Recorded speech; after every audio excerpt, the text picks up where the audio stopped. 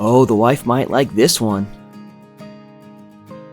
Hey everyone, welcome back. Got a blended Kentucky whiskey today from Barrell Craft Spirits, one of their private releases finished in ruby port barrels. This is blend number CH49 and it's 56% alcohol.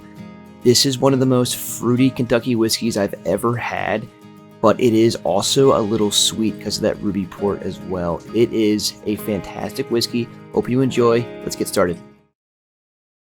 Okay, Barrell Whiskey Private Release. You might have seen on my top 5 video that I was pretty excited for this bottle. And I think my wife might actually not hate this one. She could like it, but she's not going to hate this. I don't think so. I'm going to put that guarantee right now. So just real quick, Barrell Craft Spirits. They're a blending company and bottler. So they selected this Kentucky whiskey and then they finished it in a ruby port barrel. If you don't know what ruby port is, it's just a very sweet red wine from Portugal. It's super good, super sweet. So this should be very fruity, which is why I picked it to see if my wife will like it.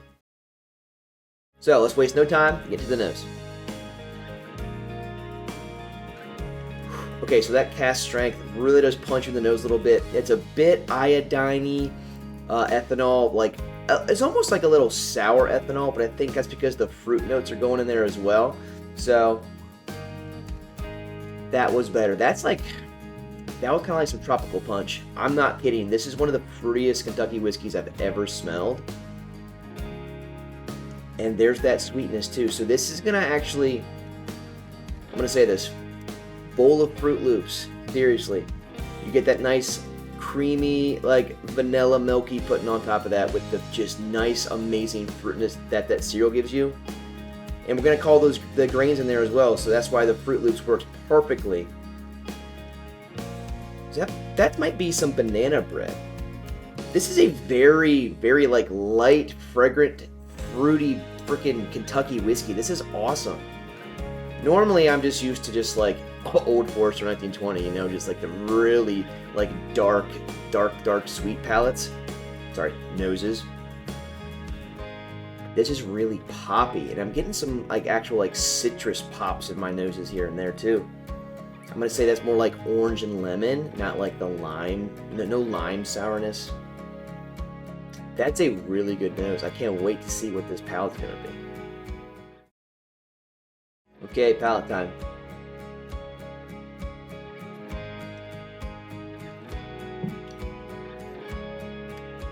Okay. Based on what that was, I don't know if one sip's gonna be good for the wife. She's gonna have to probably have 2 because that actually was a bit peppery for me. Very, very peppery and strong. And it feels like it's been a while since I've done a review. I think my last videos have not been reviews. I think the last was Big 25. So remember, if you want to see some more reviews and just regular whiskey videos every Wednesday, you can always subscribe. If you like this one, please give this one a like. This is sitting well now. It's getting down into my tongue. That finish is going to just last forever. That I actually do like how that pepper comes in first, because then it just lays down into some sweetness. It's not going to just be pepper the whole way. And now I think the second sips, we're going to start getting some nice fruit.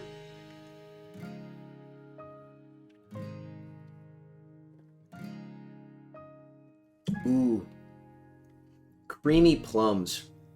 Right before that whiskey touched my lips, I knew it was going to be very, very sweet on this next sip.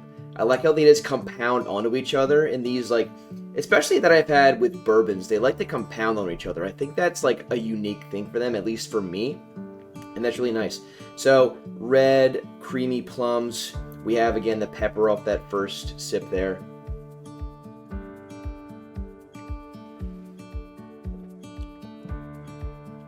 Ooh. Maybe a smidge of brown sugar and honey right there. That one's not overbearing. That one's just like a dash there.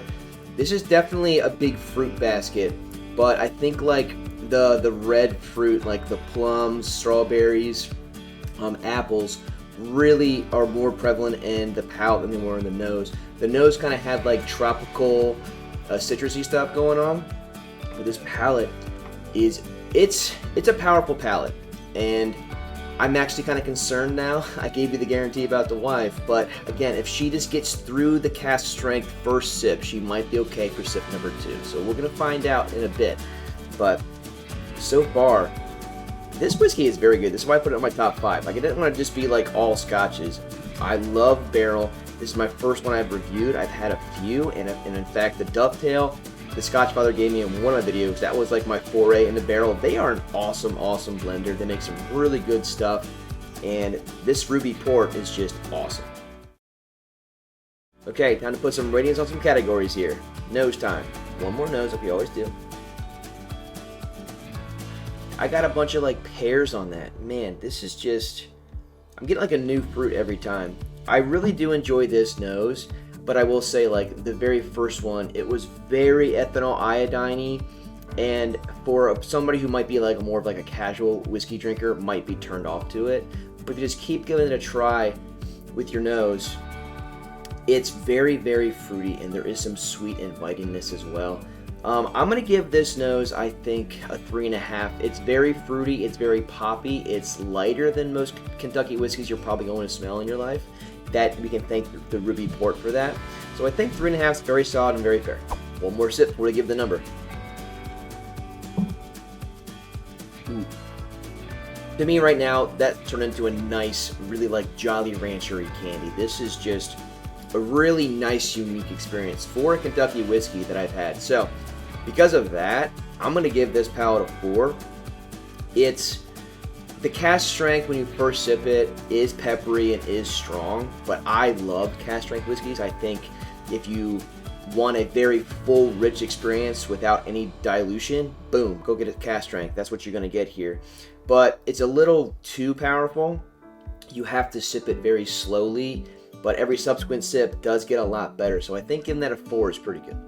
Okay, so for the finish, I'm going to give the finish the highest score of the previous two. I'm going to give the finish a 4.5 because it is long, it's strong, and it's sweet, but it basically feels like my tongue is an apple rind. Like, it is just so fruity while talking, and every breath and every sentence I speak, it's just getting fruitier and fruitier. It's so good, and it's, again, one of the most unique Kentucky whiskey experiences I've had, and 4.5, I mean, this is a good finish.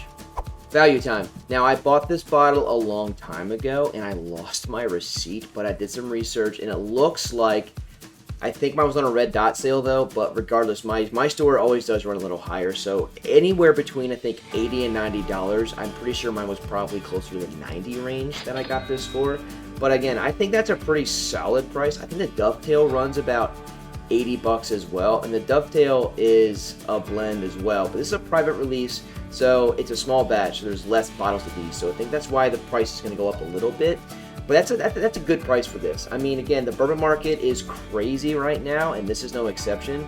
For that, I'm going to give the value a 4. Very solid score. I don't think it's overpriced. I think it probably could be cheaper.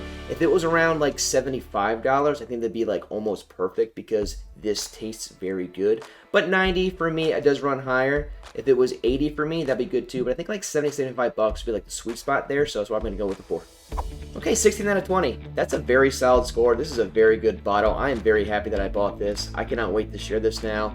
I might put this on stream now. A lot of the bottles I haven't been able to review yet, I don't put on stream because I don't want to get through them a lot. Regardless, this is a good bottle. If you have just like $80 lying around and you find a Barrell Craft Spirits, get any of them. They are a very, very good blender, a very good company, and I recommend them for sure. Anyway, we're going to see if the wife likes this, so stay tuned. Okay, wife time. Welcome back to the program. Hey. Now, we didn't exile her. I just didn't think it was appropriate to just have her just hate all the whiskeys.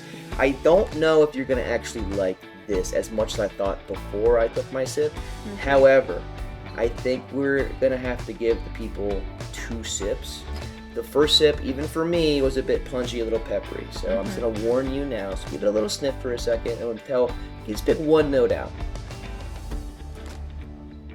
Vanilla. Vanilla? Hey, yes. It's not raisins this time. That's good. Or maple. Maple is usually. Okay. First sip. We'll see what the raw reaction is.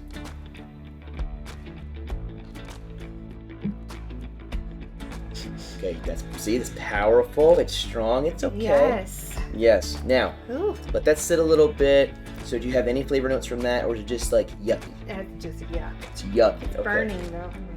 It's 50. Hey, that's cast strength for you. That's what this bad boy does. Now that your body is out of shock, let's try and do a second sip and see if it compounds. Because my second sip was like really like creamy plums. You know, it was pretty good. So let's see if you get that here. Okay. I'm hoping. I'm just gonna cry. Okay, the second was better. Yeah.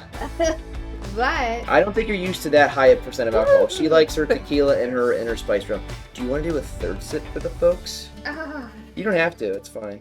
Fine, I'll do it. Third Since I sip for haven't the been folks. on for a while. A little one. Yay! Okay. Okay, yeah. Okay, so we went too far on that. So it would have only 2 would have been good. So let's just ignore the third sip for a second. Okay. Let's go with 2. Okay. Let's just give you did you hate it on the second sip? No, I didn't hate From it. 2. So, okay, but you didn't love it. Or- No. Okay, that's fine. That's fine. See, that's better. Usually it's like a straight up like raw hatred. So, we're moving closer. I think obviously we have to find fruit notes or anything that's in like a wine barrel or a sweet wine barrel for sure. So, anyway, welcome back, Miss GC. I don't know if she'll be on the next one. I don't know what we're going to do yet. But anyway, see you guys next time.